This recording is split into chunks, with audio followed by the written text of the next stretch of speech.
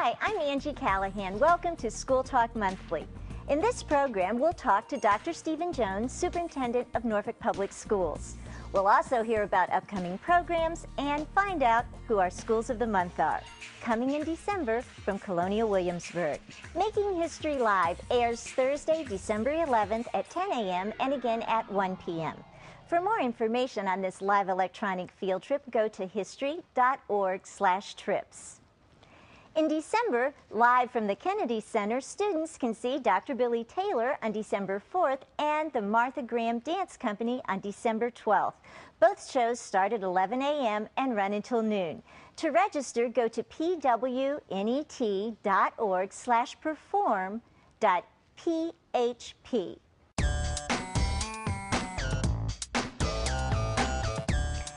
It's that time of year when we ask you to help us decide what new titles to purchase for next year's schedule. November 25th through the 27th, WHRO will broadcast previews. The schedule, fact sheets, and evaluation form will be online at whro.org/classroom. The previews will also be streamed there as well. You can record the previews from the WHRO broadcast or simply do the screening and evaluation online. And of course, all teachers participating will receive a special thank you gift from WHRO. In addition to WHRO Classroom, whro.unitedstreaming.com offers a wealth of resources to use in your classroom. Here now is WHRO's Educational Technology Manager, Annie Gilstrap, with this month's How-To Tips. Open up your web browser and type in whro.unitedstreaming.com. Go ahead and log in with your username and password. I've already logged in with mine. Today we're going to take a look at downloading music, clip art, and images and pulling them into a Web 2.0 application called Animoto. We'll need to find some clip art and images that match up with the content of a song. Let's pick the song first. You can search for a keyword, or maybe you just want to see all that is available by not putting in any search words and just choosing the type of content you're looking for and selecting go. Or you can search for all content and use the navigation on the left, so you only have to do one search. My search word is Thanksgiving. I'm going to go ahead and choose all content and click go. Looking at the left navigation, I see 2 songs are available about Thanksgiving. I'm going to go ahead and choose Start Each Day with a Song, Tommy Turkey. I can click on the play to preview the song. Tommy. If that's what I want, I will right-click on the disc and choose Save Target As, or just click on the disc to save. And I already downloaded this, so I'm just going to replace the one I have. If I wanted to see all the songs that were available, I can just select the content type and click on Go. There are lots of different topics available and 446 songs currently available. Now for the images and clip art, I've chosen my topic, Thanksgiving, and I've listened to the song to get an idea of what images will correlate to the song. I'm going to go ahead and choose Thanksgiving and choose clip art as my content type. Let's see how you would download the clip art. Let's go ahead and choose Turkey. It's the only one available. And I can click on the preview button to see a preview. And I can choose download, small, medium, or large. Wait a second, that's not there anymore. Your new options are web image, print image, or thumbnail image. This image only has a web image available, but you'll see those options in some of the other images. I'm going to go ahead and download the web image of the turkey. I can right-click on the disk and choose Save Target As, or just choose the disk to save. I always check myself by looking at the title and the type of file. I know it's an image by the extension .gif. I also could change the name before I save it. To create the Animoto video, you need to have at least 10 images. I've already downloaded enough for my video. Let's pop on over to the Animoto website at animoto.com. It's free to use this site, but you have to create an account. A 30-second video is all we need to create at this time. The full-length videos do have a price of $3 per video or $30 per year. I've already created my account. I'm ready to go. We're going to go ahead and get started by uploading images from our computer. I've already downloaded some from Discovery Education Streaming. You can use the Control key or the Shift key to choose multiples. I just used my Shift key and selected them all. Once they've been uploaded, I can reorder them, rotate them, add a spotlight, or even delete them if I wanted to.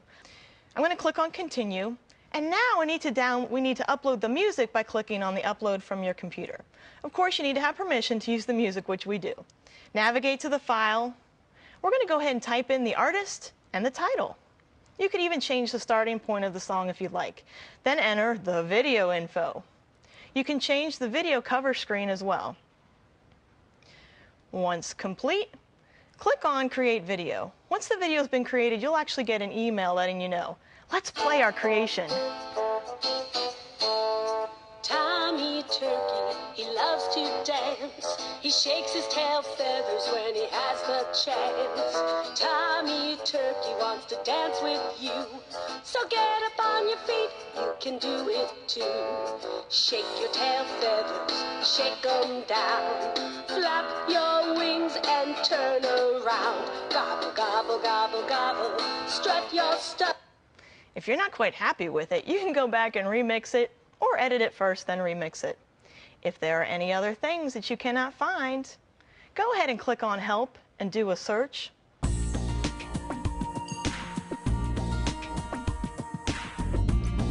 With us today is Dr. Stephen Jones. He is Superintendent of Norfolk Public Schools. So glad you came by to talk with us today. It's a pleasure, Angie.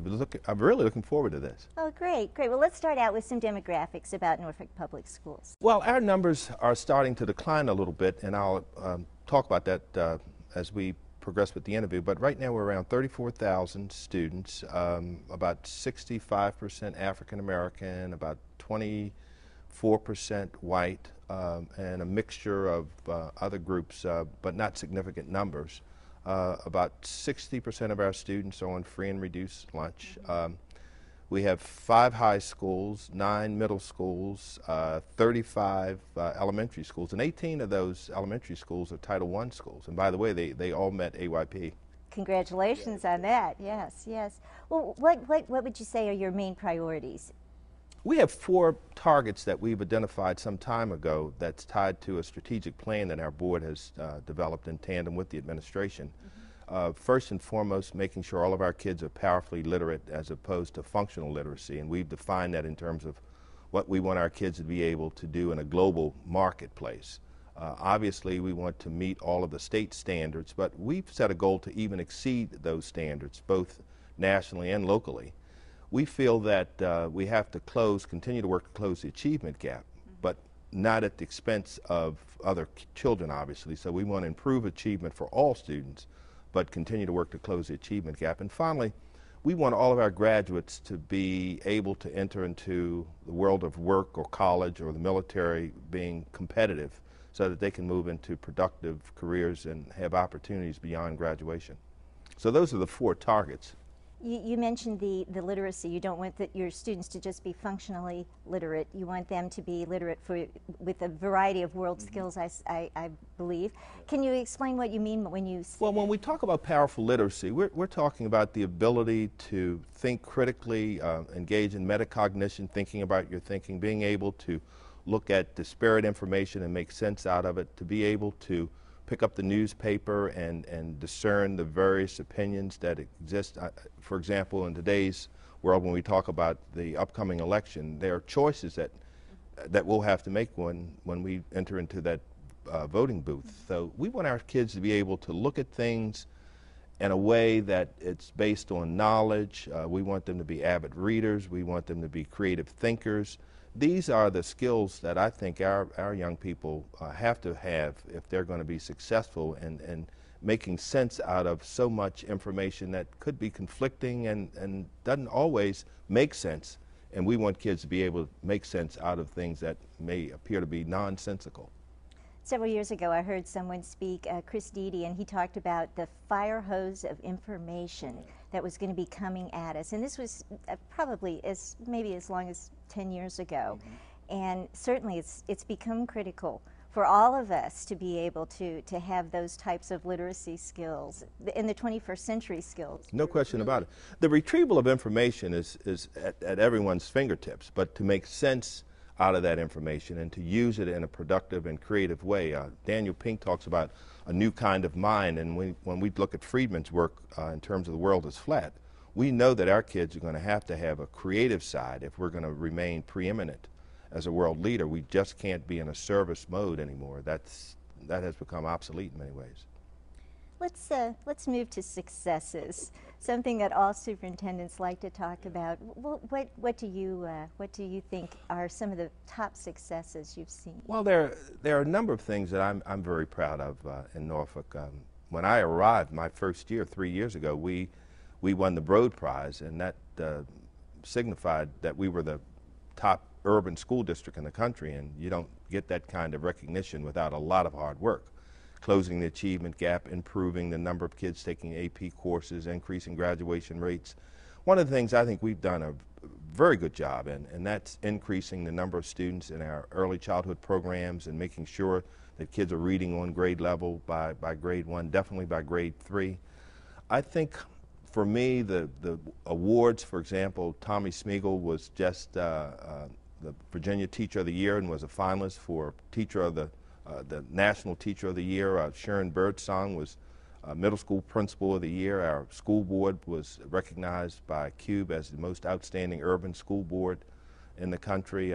We've engaged in Relay for Life, for example, this past year and the previous year, and we've raised over $200,000 toward a $500,000 goal for the city. And our kids showing that kind of altruism and that ability to give back to the community in addition to being outstanding students. So those individual prizes, the fact that 42 of our 49 schools are fully accredited and only a handful of middle schools based on math performance, and that's a challenge across the country.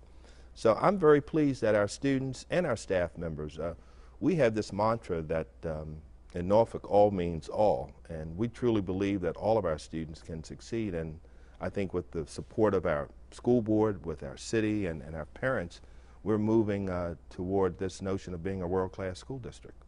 Congratulations on all those successes. Thank you. That is just wonderful. From the school division, the school board, the Teacher of the Year, the Assistant Principal of the Year, was no, it? It's Principal of the Year. Middle School Principal of the Year. Yeah, those are just, that's excellent, excellent, excellent work. Well, obviously you have some challenges in Norfolk. We have those as well. I alluded earlier to declining enrollment. Given the nature of the demographics in this region and the city being landlocked, we've lost approximately 2,000 students in the last 5 years. So we don't see that decline tapering off for another 3 or 4 years. So as a result of that, we're looking at consolidating some facilities. We're looking at closing 4 of our alternative buildings and bringing those programs under one roof as part of a continuous educational delivery system for our kids that are challenged in the traditional school setting. We're looking at bringing on board a pre-K-8 school at Crossroads. That's been approved by the city. We're currently looking at a pre-K-8 at Camp Estella on the south side. So we're looking at not only consolidating our buildings based on declining enrollment, but increasing our efforts to rehab and rehabilitate and even build or renovate schools as well. We just renovated Blair Middle School and Coleman Place Middle School. We opened Norview Middle School 3 years ago. So we're making some significant progress, but those challenges still exist to find the resources for the facilities as well as continuing to attract and retain outstanding teachers, because at the end of the day, as you know, Angie, it's really about teaching and learning, and we've got to do that. So looking at our salary schedule this year, we made some adjustments there so that we're more competitive for the entry-level teachers, but not at the expense of our more senior teachers. So those are 3 or 4 of the bigger challenges that I'm facing, in addition to continuing to make our case, because even though you have declining enrollment, you still have increased costs that we have to bear and deal with over time. And of course, with decreasing enrollment, that means you don't get the ADA for those students, so you're actually losing funding, while at the same time inflation itself is affecting schools just the same as it is everyone else. $4 plus for a gallon of gasoline and operating all of our buses. But, you know, it's interesting, when we talk about declining enrollment, we've increased almost 2,000 seats our pre-K program in the last 5 years. So although we're losing kids in the pipeline due to declining enrollment, we are filling those seats. In some cases, some would say backfilling those seats with our pre-K students. Talk to me a little bit about your pre-K programs that you have. How many do you have in the city? Well, we have programs in just about all of our Title I schools. Our goal was to increase every year 5 programs every year and bring those online, which we've been able to do over the last 3 years. And as I said, the numbers have increased. But we know through the data that youngsters that have that kind of exposure that early on, we eliminate and really address many of the learning problems that kids have later on in their intermediate grades. So if we can get kids reading on grade level by grade 1, the old saying, you know, you read to learn and then you learn to read, or you learn to read and then go from there. So I think for us, if we can get into our neighborhoods and work collaboratively with our parents so that they really see and understand the benefit of early childhood education for their children at age 3 and 4, we're making a real good investment. And I think the research, particularly here in Virginia, suggests that that's exactly where we want to spend our funds. So are your pre-K programs for 3 and 4-year-olds? Yes. Mm-hmm. That's great. That's great. Now tell me a little bit about the pre-K 8 schools that you're going to be next year. You're going to have 2. Well, we already have 1. Ghent is a K-8 at this point. We're looking at the K-8. It's an elementary, middle school combination, and it's due in part to the concerns that we have about the relationships that are necessary for kids to really bond with a school and school culture, as well as looking at how parents see their children through the transition period. So if we minimize transitions and eliminate at least one transition from elementary to middle, then we think we have a better shot at getting those kids connected in ways that we think will benefit them educationally. It's very consistent, I think, with the whole notion of smaller learning communities that we're building into our high school programs. Kids today have to feel a connection to the adults, and unless we can create that kind of caring environment, we're just not going to be as successful as we'd like to be.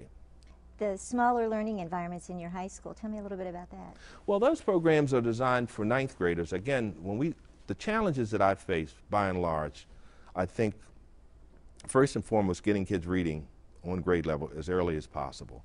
Looking at the transition from elementary to middle school and how those kids, if they start to fall behind. And 9th graders, increasing our graduation rates. If we can get kids to see the importance of school and to hang in there with us when they're making those academic transitions from arithmetic to algebra and looking at global history and not just local history, looking at the challenges associated with the SOLs and end of course requirements. If we can get kids to hang with us and to hang in there for themselves from 9th grade to the 11th grade, then they're going to graduate. But we lose kids in that 9th grade, and we think it's because high schools tend to be large and somewhat impersonal. So having those smaller learning communities and having teachers that understand not only the student but the child, the person, I think when we're able to do that, kids feel a connection.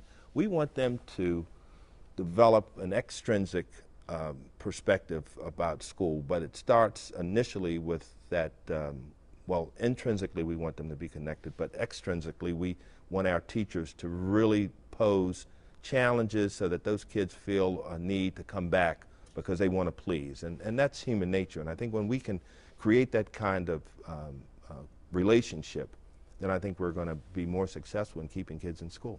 That's great. You mentioned working with the parents in the preschool students that you have. What other ways do you work with the parents and community volunteers? Well, we have a large mentoring program that we've had underway for some time. I think over 5,000 mentors working in our schools. 5,000, that's yes. Wonderful. And as a matter of fact, I have a youngster that I've been mentoring for the last 3 years, and I've developed a wonderful relationship with him and his family.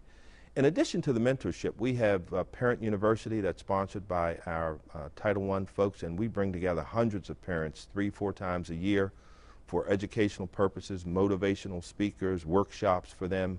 We have parent liaisons that are assigned in each of our schools, and their job is to work with parents. The pre-K program that I mentioned earlier is really designed to get parents connected with the schools and more aware of how they can support schools and support their children through complementary activities that they can do at home that will help their child in school.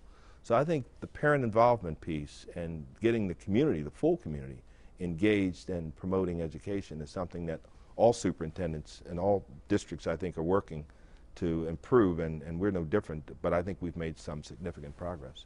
That's excellent. That's excellent. What about your graduates?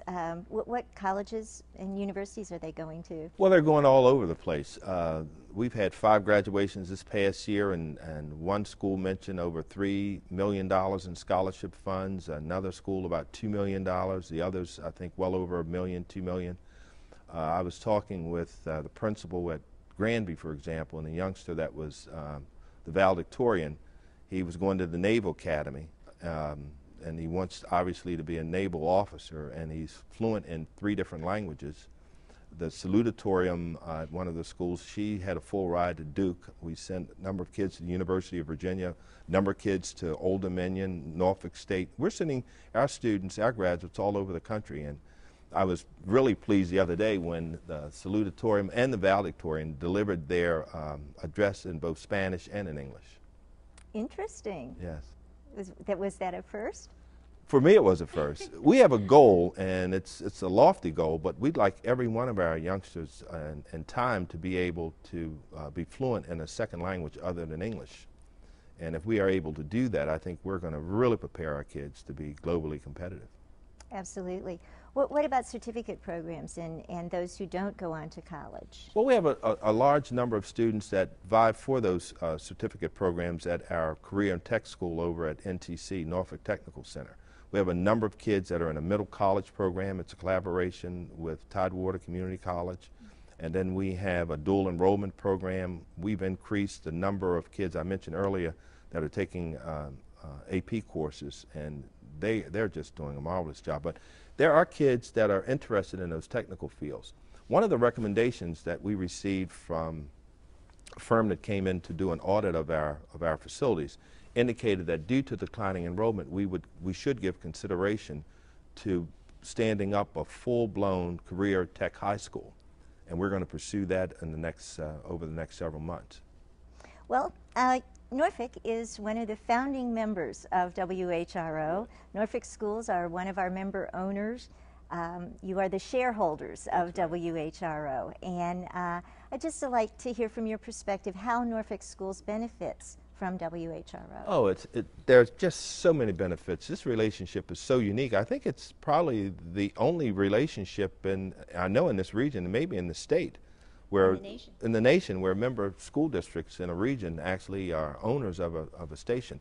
I think the distance learning, the fact that we're able to engage in curriculum development, to online courses for kids, particularly advanced level courses. We plan to use that kind of video streaming when we do live addresses. We've just completed that with our graduations, as well as my State of the School address. We taped that live, and we would not have been able to do that without WHRO's assistance.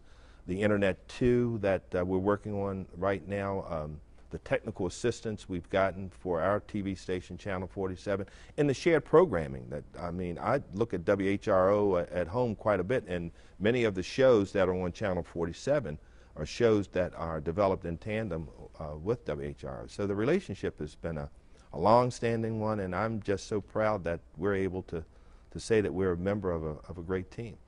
Absolutely. We like your membership, too. That's about all of my questions, but I always have my last question is always, is there something you haven't told us that you wanted to share? Anything else you'd like to share? Well, we've just we've brought in a group to take a look at how we communicate.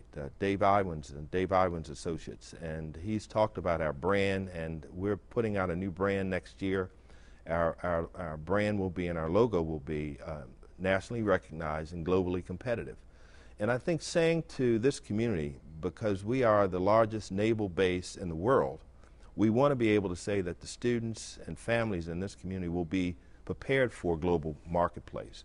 So I think our goal that we've set and that we're striving to accomplish is that we want all of our kids to be able to move across the vastness of this world and be comfortable that they're able to compete and to live and contribute. So I think that's maybe lofty for some, but we think it's the right direction that we want to be pointed in. So whenever I get an opportunity, I like to throw that in for good measure. Well, thank you so much, and congratulations on all your successes. Good luck with all of your all the new priorities that you have and some of the new goals you have, and we expect great things to continue to come from Norfolk Public Schools. Well, Angie, thank you. I really enjoyed the opportunity to share our story with you.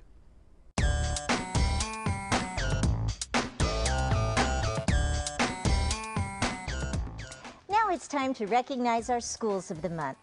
Students from many different cultures attend Langley Elementary School in Hampton.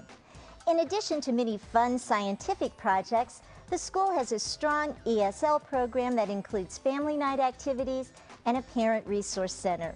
Recently, their third graders were also chosen to broadcast the Pledge of Allegiance on 94.9 The Point.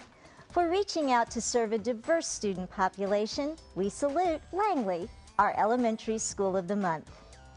Kemp's Landing Magnet School opened its doors in September 1995 for academically gifted 6th, 7th, and 8th graders in Virginia Beach. Students pursue topics at an accelerated pace and explore course topics in greater depth and detail. A wide variety of student activities also focus on academic excellence. For providing rigor and challenge to gifted students, we acknowledge Kemp's Landing Magnet as our middle school of the month. The debate team at Southampton High School is on its way to becoming one of the most highly respected programs throughout southeastern Virginia, including being named the 2008 AA State Champion in the Lincoln Douglas Debates. This year, in addition to the Lincoln Douglas Debates, they also plan to compete in policy and congressional debates. For achieving numerous accomplishments, we congratulate the debate team students at Southampton, our High School of the Month. Norfolk Academy takes community service very seriously. Believing the highest good is service to others, the school has incorporated service programs into its curriculum at all levels. The lower school program prepares students for the middle school program, where a group of parent volunteers and students leave every Wednesday afternoon to assist at a host of sites in the community. The upper school conducts several division-wide efforts throughout the year, and special interest clubs contribute to the community in ways related to their missions. For demonstrating their philosophy that the highest good is service to others, we applaud Norfolk Academy, our independent school of the month.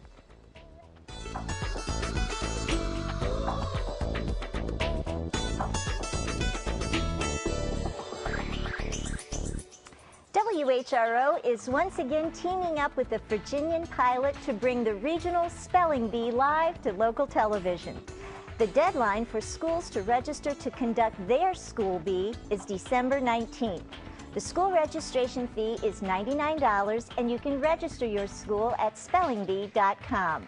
School bee winners need to be submitted to spellingbee.com by January 23rd to compete in our regional bee. We hope to see your middle school represented during the 2009 Virginian Pilot Spelling Bee live on WHRO Saturday, February 21st at 2 p.m. Well, that's all for now. This program and all the links we talk about are available online at schooltalk.org. Thanks for watching. See you next time on School Talk.